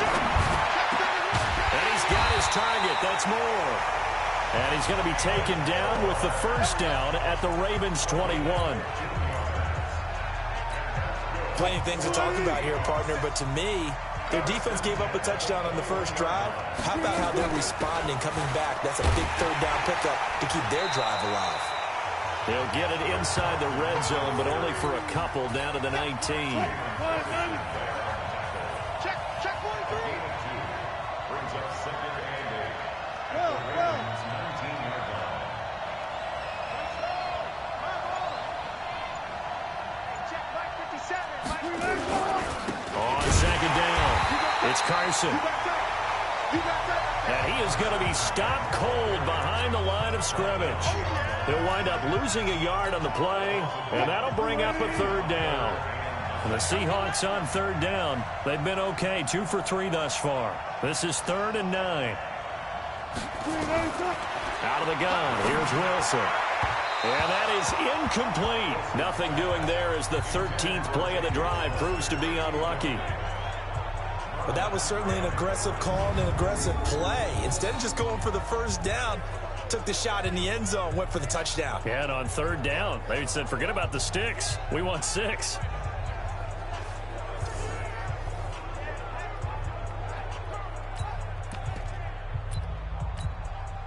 On comes the Seahawk kicker here on 4th down. It's Jason Myers. This will be a 37-yard attempt. And Myers winds up yanking it. This is no good. Wide to the left, and this score will stay right where it is.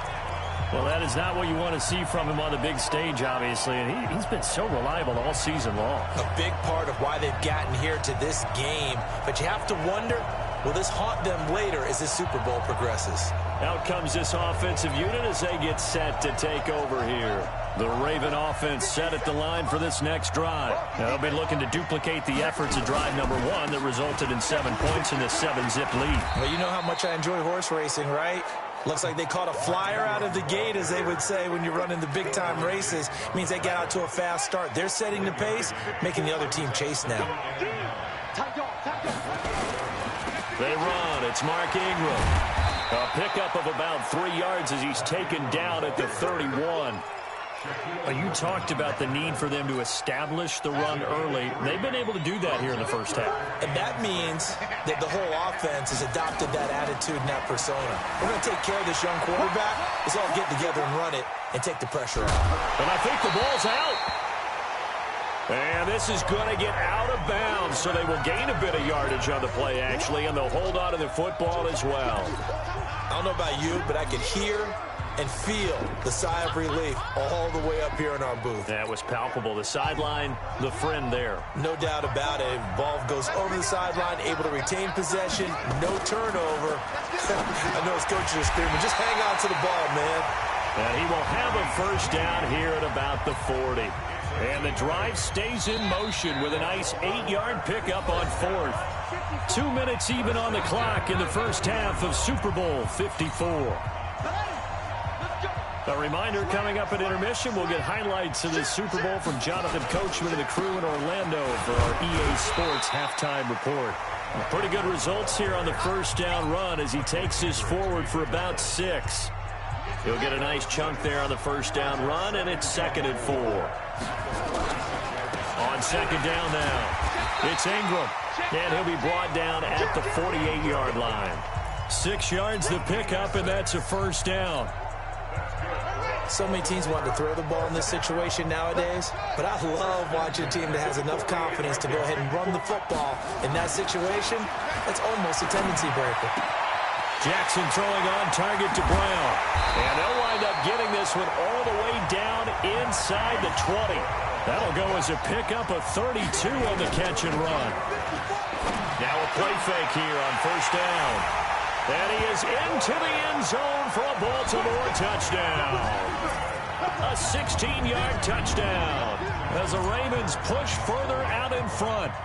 Now that'll give them a 2-score lead here, but I'm looking ahead. They just want to hold it for the final moments here in the second quarter. They don't want to give up anything on the other side. No, not at all, because if they don't, it almost had the feel of an imposing their will score. And right now, they want to make sure they keep that and carry it into the second half.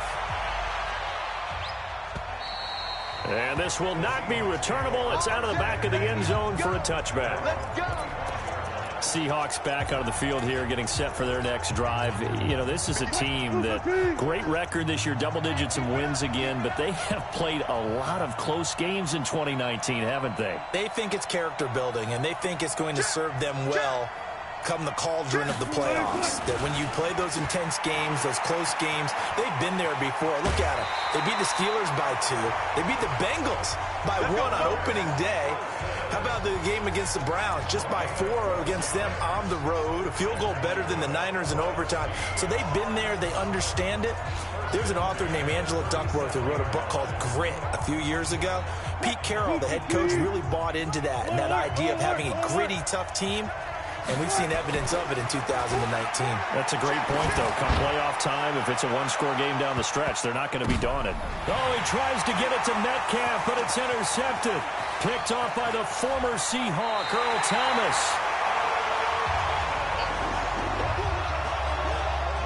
That late in the clock, second quarter, why not just run it a time or two and get it into the locker room? What you're saying makes absolutely perfect sense. Run it and get out of there. But I'm just wondering if the pressure of today's NFL and the high-powered offenses that you're facing may have forced them into saying, let's try and get some more points.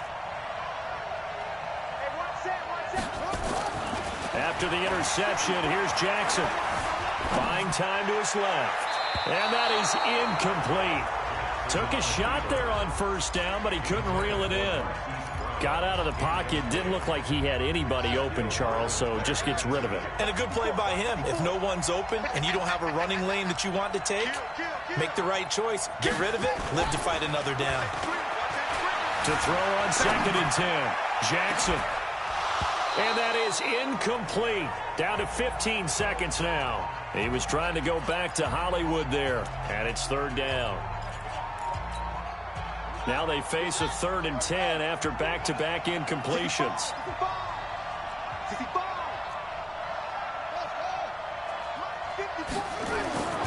Now it's Jackson. He uncorks it for Snead. This is caught at the 20. And all the way in for a Ravens touchdown. Willie Snead in the final seconds of the first half as the Ravens push further out in front. And that's a lead that excites a team as they head into the half. Good way to finish things off. Yeah, able to extend that lead, and you always say it, that can totally change the complexion of half number 2. Yeah, it changes your morale, changes your outlook. But even before that, let's see if they decide to kind of squib kick or what they're going to do on the kickoff, because you don't want to give up a big play right before the half ends. Good point. Tucker with the extra point, and it's now 21-0. Scoring summary, 3-play drive, and it's capped off by the Baltimore score. Tucker now to kick it away following the touchdown. And this will be a touchback as that sails over the end line.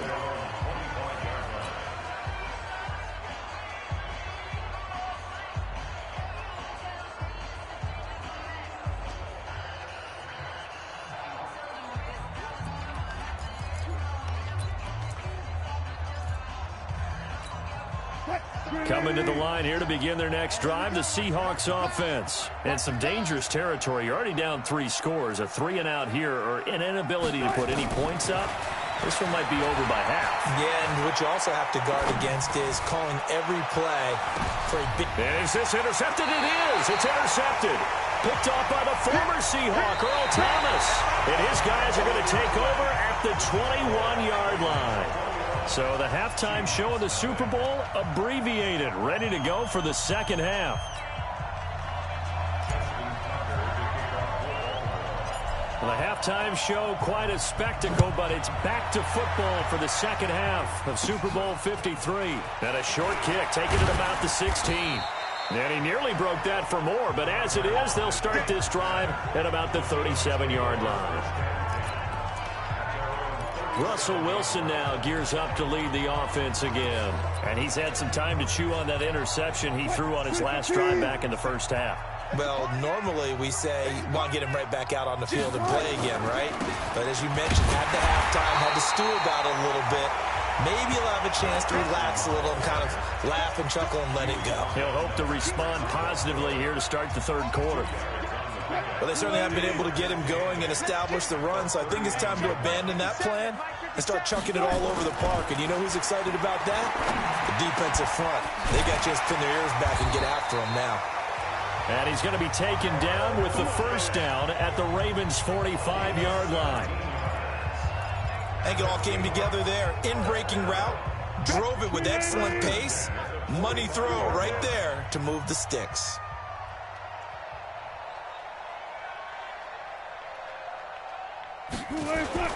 Wilson after the play fake to Carson. Under a heavy rush, and down he goes.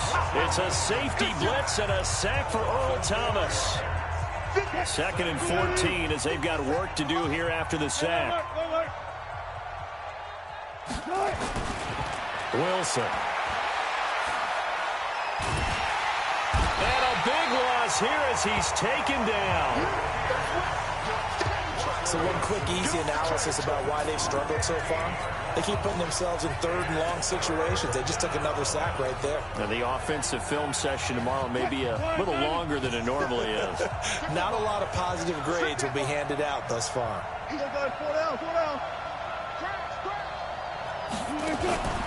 3rd and long. It's Wilson going for Metcalf on the deep ball. And that'll be incomplete. Well, they took their shot all right, but it comes up empty, and it's 4th down. Another drive comes and goes, still nothing on the scoreboard. Yeah, and when the second half comes, you know, it's real easy to get discouraged and wonder if you're ever going to get things started. You just got to fight through it. Got to keep pounding away.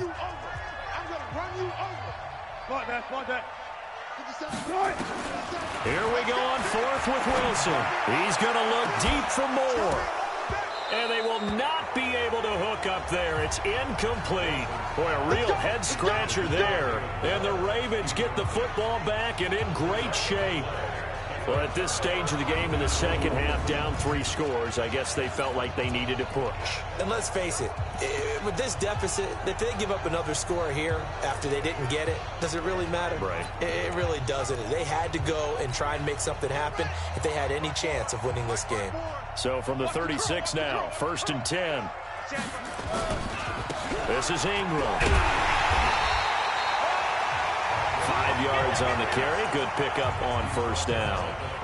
Third quarter and you've got the lead. You're not ready to go into that 4-minute offense to close the game out, but a running game can really benefit your team right now. A 10th carry here for Mark Ingram. And he'll be a little shy of the 25 here at the 26-yard line. A gain of 5, good enough for the first down.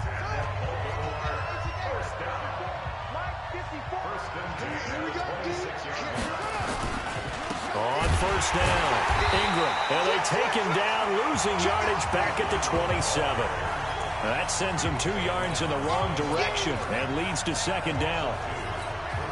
Doubling this guy has to be a priority before moving up to the next level because the big fella, he just ate that one alive, just stuffed it. In fact, before the game, he was talking to us, and he's like, hey, these pants make me look fat. And we said, nah, man, you're just a whole lot of guy. He is at well over 300 pounds. He's a big man. 23 yards, the final tally. When the spotlight is at its brightest, and let's face it, it's the Super Bowl, those types of plays come out, don't they? Absolutely. A big-time catch on the biggest of stages. Do you think that that one's going to live on? We're going to see this. And he'll get in. Touchdown, Baltimore. Mark Ingram, his second touchdown of this Super Bowl as the Ravens push further out in front. And he certainly played a pivotal role with those 2 TDs and why they're up on the scoreboard right now. Well, someone's all about winning, aren't they? Because he's not worried about the number. Sure, it's great to have 2 touchdowns. But the bottom line is what he's doing is contributing to their lead. He wants to continue to do so. This fielded a few yards into the end zone. And he'll get it up past the 20 to the 22-yard line. The Seattle now ready to march out of the field. And last time out, went for it on 4th down, turned it over, gave him great field position, turned into 6 points, so they've got to recover here, Charles. It's amazing what one decision can do in the chain of events, right? The decision to go for it on 4th down. Caused all of that. It caused every bit of it, but it showed confidence. Hey, I got confidence. And he goes down. The Ravens able to get to him. The sack by Justin Ellis. Well, so much for setting the tone of the drive offensively. Giving up a big sack that loses that kind of yardage, not a great start. That huge loss on the sack makes this job much more difficult. It's now second down and 22 yards to go. The throw over the middle taken in. And way up past the 35 before he's taken down. A first down there on a pickup of 25. And, boy, they had high praise for this rookie receiver when we asked the coaches about him, didn't they? They certainly did, and obviously they liked his measurables. Otherwise, they wouldn't have brought him onto the team. Height, weight, speed, all of that. But how about what they really said? And Wilson's going to be intercepted a 3rd time. Picked off by Marlon Humphrey. And a big turnover there as his guys will get the football back. Well, that's 3 picks he's now thrown in this game. And I know this, the holiday season, because here we are in December, right? It is the season of giving. Maybe for his own sake, after the game, he may have to announce that he's donating certain amounts to charity for each interception that he threw.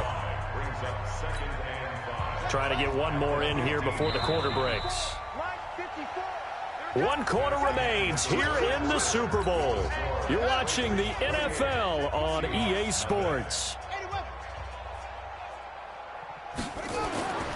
2nd and 5 now. Jackson. Oh, he's got a man wide open. Complete. The catch and run pays off to the tune of 35 yards. Boy, another big play late here for an offense, Charles, that certainly has had its fair share of big plays. Coverage has been a problem all game long, and I would say that going along with that has been confidence. Because even if they had the right coverage, they've still dented them, and now it's been a real issue for them during this game. They'll run on first down. It's Ingram. Call it a full 3 yards in the wrong direction there. Brings up second down. Brandon, it's clearly a running situation when you're up in the 4th quarter. They're going to have to stack the box and make it difficult for them to move the ball. Made it very difficult right there. Now they need to repeat that effort. Yeah, bring 7, 8, 9, whatever it's going to take to slow them down. Again, they'll run with Ingram. And he's up across midfield and down into Seattle territory. So that one will get him halfway to the first down marker. 7 yards makes it 3rd and 7 now. In need of a conversion on 3rd down. They had the big play to start the drive. Not much sense. Ingram. And that play will go nowhere. Losing yardage back near midfield at the 49. That'll set him back with a loss of 3 on the play. And that's going to make it 4th down. Brandon, at some point, these defenders absolutely have to say, we've just got to make a stand. We've had enough of this. Giving up a lot of points in this game, but look better on that play. The offense staying out there. They look prepared to go here on 4th and 10. They'll try and throw for it with Jackson. And he's got his man, Marquise Brown. And all the way in for a Ravens touchdown. Hollywood, Marquise Brown, 49 yards.